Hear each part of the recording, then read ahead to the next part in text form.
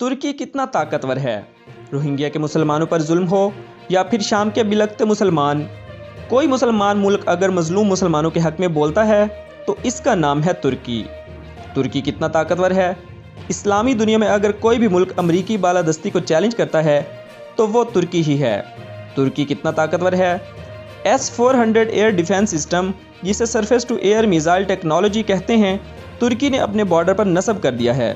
ترکی کے پاس ایٹمی ہتھیار نہیں، مگر پھر بھی ترکی کا شمار دنیا کی بڑی طاقتوں میں ہوتا ہے۔ آخر ترک قوم کیا ہے اور ترکی کتنا طاقتور ہے، جانتے ہیں آج کی ویڈیو میں۔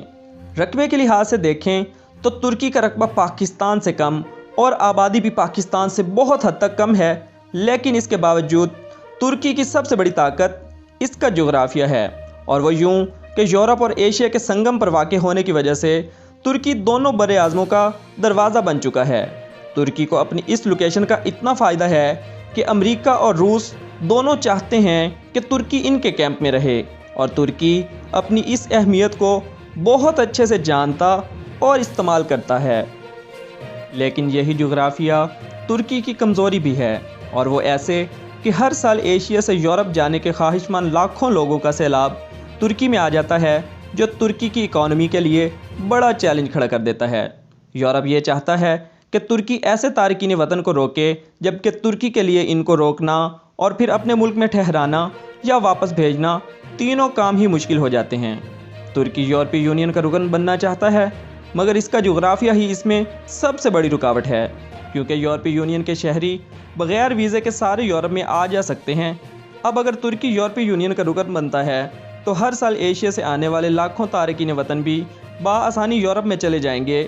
اسی لیے ترکی کی لاکھ کوششوں کے باوجود یورپی یونین اسے اپنا رکن بنانے سے انکاری ہے۔ ترکی کی اکانومی کی بات کریں تو 863 ارب ڈالر GDP کے ساتھ دنیا کی 17ویں بڑی معیشت طاقت ہے۔ سیاحت ترکی کی معیشت میں ریڑھ کی ہڈی کی حیثیت رکھتی ہے۔ ایک اندازے کے مطابق ہر سال دنیا بھر سے 70 لاکھ لوگ ترکی میں سیاحت کے لیے آتے ہیں۔ اس کے علاوہ ترکی نے گاڑیوں، الیکٹرانکس اور ٹیکسٹائل انڈسٹری میں بہت ترقی کی ہے۔ اگر فوج کی بات کی جائے تو ترکی کی اہمیت اور بڑھ جاتی ہے۔ ترکی دنیا کی 8ویں بڑی فوجی طاقت ہے۔ آپ کو بتاتے چلیں کہ پاکستان 13ویں، بھارت 4تھی اور چین 3ری بڑی فوجی طاقت ہے۔ نیٹو کا رکن ہونے کی وجہ سے کوئی ملک ترکی کو بآسانی نقصان نہیں پہنچا سکتا۔ ایسا کرنے کی صورت میں اسے نیٹو سے بھی جنگ کرنا ہوگی۔ نیٹو اتحاد میں امریکہ کے بعد سب سے بڑی فوج ترکی ہی کی ہے، جس کی تعداد ہے 4 لاکھ۔ ترکی کی ٹوٹل فوج کی تعداد 7 لاکھ، جس میں 3,80,000 ایکٹیو فورس جبکہ 3,20,000 ریزرو فورس ہے۔ ترکی کے پاس 1,018 لڑاکا طیارے ہیں، اور ترکی امریکہ کے تعاون سے F-16 تیار کرتا ہے۔ ترکی کے پاس 2400 ٹینک موجود ہیں۔ ترکی کی بحریہ کی بات کریں تو کل بحری اثاثے 194 کے قریب ہیں، جن میں 12 سب میرین بھی شامل ہیں۔ اس کے علاوہ 34 پیٹرول ایئر کرافٹس شامل ہیں۔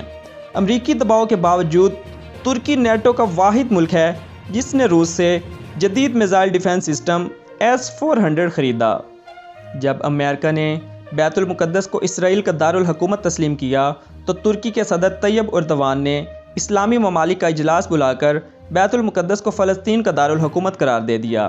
ترکی کے اس اقدام نے مسلمانوں کے دل جیت لیے، اور یہی وجہ ہے کہ ترکی اور صدر طیب اردوان کی اہمیت اور عزت پوری امت مسلمہ میں آئے دن بڑھتی جا رہی ہے۔ تاہم جدید فوج اور معاشی طاقت کے باوجود ترکی مسائل کا شکار ہو رہا ہے۔ پہلا مسئلہ یہ ہے کہ ترکی میں موجود کرد اقلیت نے آزادی کی تحریک شروع کر رکھی ہے۔ ان کردوں نے اب شام اور عراق کے ساتھ بھی اپنے فوجی اڈے بنا لیے۔ ترکی نے جوابی کارروائی کرتے ہوئے شام کے شمالی علاقے پر قبضہ کر لیا، اور عراق میں بھی اس کی فوج داخل ہو چکی۔